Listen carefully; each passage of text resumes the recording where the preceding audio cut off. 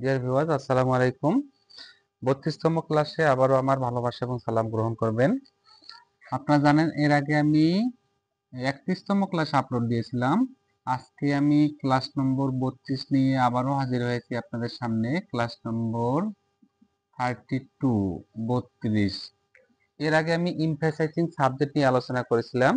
আজকে আমি আলোচনা করব এমফাসাইজিং অবজেক্ট। এমফাসাইজিং অবজেক্ট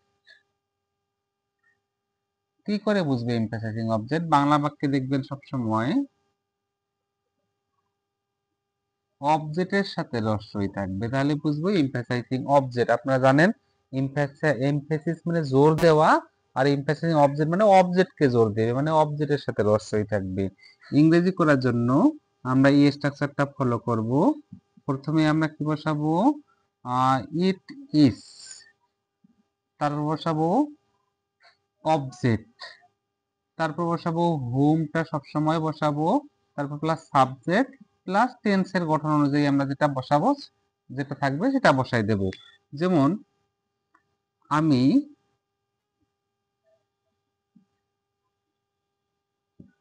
রাজুকেই চাই।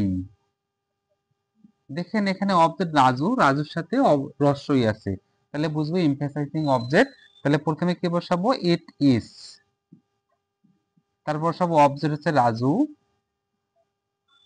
ইট ইজ রাজু, তারপর কি বসাবো? হোম, তারপর বসাবো সাবজেক্ট, সাবজেক্ট হচ্ছে আই, তারপর টেন্সের গঠন আপনারা জানেন এটা 1 নাম্বার টেন্স, তাহলে 1 নাম্বার টেন্সের ওয়ান্টেড প্রেজেন্ট ফর্ম বসবে।